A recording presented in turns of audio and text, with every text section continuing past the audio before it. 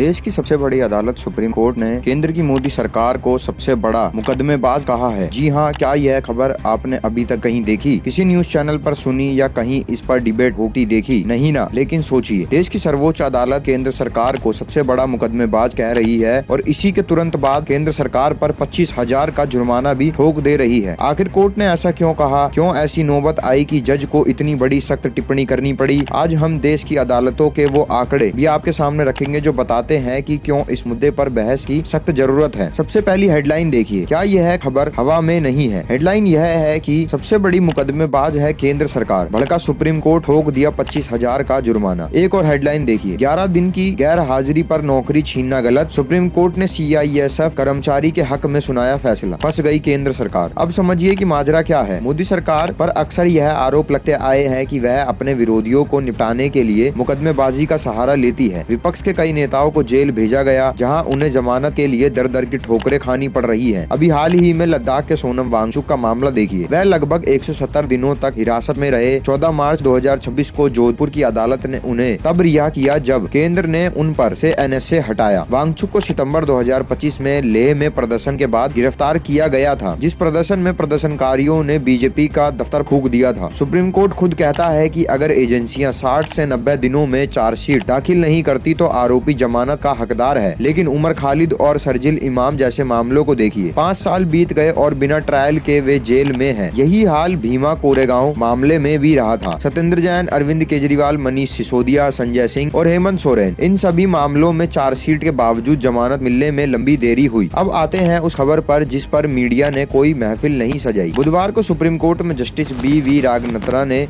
और उनकी बेंच ने CISF के एक कांस्टेबल के मामले में सुनवाई की। इस जवान को 11 दिन की गैर हाजिरी और अपने भाई की शादी में सहयोग करने के आरोप में नौकरी से बर्खास्त कर दिया गया था। कोर्ट ने फटकार लगाते हुए कहा कि यह समझ से परे है कि केंद्र सरकार इस छोटे से मामले को सर्वोच्च अदालत तक क्यों लाई। कोर्ट ने याचिका खारिज करते हुए सरकार पर 25,000 का जुर्माना लगाया और कहा कि इस तरह के अनावश्यक मामलों को अदालत में ना लाया जाए, अदालतों का बोझ ना बढ़ाया जाए। जस्टिस ने यह भी याद दिलाया कि हाल ही में SCBA सम्मेलन में भी सरकार को गैर जरूरी मुकदमेबाजी से बचने की सलाह दी गई थी। अब इन आंकड़ों को ध्यान से देखिए ताकि आप मामलों की गंभीरता को समझ सके। 11 दिसंबर 2025 तक के आंकड़ों के अनुसार कुल पेंडिंग केस 5 करोड़ 50 लाख पूरे देश में। सुप्रीम कोर्ट में अकेले 90,900 मामले, 25 हाई कोर्ट्स में कितने हैं लिंबित मामले, ये भी सुन के आप हैरान रह जाएंगे। 63,000 नहीं, इतनी छोटी संख्या नहीं है। 63,63,406 मामले 25 हाई कोर्ट्स में पेंडिंग है। निचली अदालतों में 4 करोड़ 54,97,000 मामले लंबित हैं। कानून मंत्रालय के मुताबिक सुप्रीम कोर्ट में 3500 से ज्यादा जनहित याचिकाएं PIL लंबित हैं, जिनमें से कुछ तो 42 साल से भी ज्यादा पुरानी है। पिछले 5 साल में कोर्ट केवल 10,872 जनहित याचिकाओं को निपटारा कर पाया है, जो बढ़ते बोझ के सामने नाकाफी है। मुकदमों का बोझ किस कदर है, इसकी मिसाल इलाहाबाद हाई कोर्ट है। वहाँ करीब 12 लाख केस पेंडिंग है और जज महज 110 है। न्याय के लिए वहाँ लंबी वेटिंग चल रही है। हाल ही में जस्टिस शुभांशु विद्यार्थी का एक बयान चर्चा में आया था। उन्होंने एक सुनवाई के दौरान थक कर कह दिया कि मुझे भूख लग रही है, थकान महसूस हो रही है और मैं शारीरिक रूप से निर्णय देने में असमर्थ हूँ, इसलिए फैसले को सुरक्षित रखा जाता है। जब जजों का यह हाल है तब सरकार छोटे छोटे मामलों को लेकर कोर्ट पहुँच जाती है। अंत में एक और जरूरी बात, इस मुकदमों को बोझ सिर्फ कोर्ट पर नहीं बल्कि सरकारी तिजोरी पर भी पड़ता है। बड़े बड़े वकीलों को जो मोटी फीस दी जाती है वह किसका पैसा है? वह आपका और हमारा यानी टैक्स पेयर्स का पैसा है। सुप्रीम कोर्ट ने हवा में 25,000 का जुर्माना या मुकदमेबाजी शब्द का इस्तेमाल नहीं किया। इसके पीछे एक गहरा दर्द और व्यवस्था की नाकामी छुपी है। तो दोस्तों, सुप्रीम कोर्ट की इस सख्त टिप्पणी पर आपकी क्या राय है? क्या आपको लगता है कि सरकार जानबूझकर अदालतों को उलझाए रखना चाहती है? अपनी राय कमेंट बॉक्स में जरूर दें और सब्सक्राइब करें वायरल समाचार को अभी ऐसी ही खबरें जानने के लिए।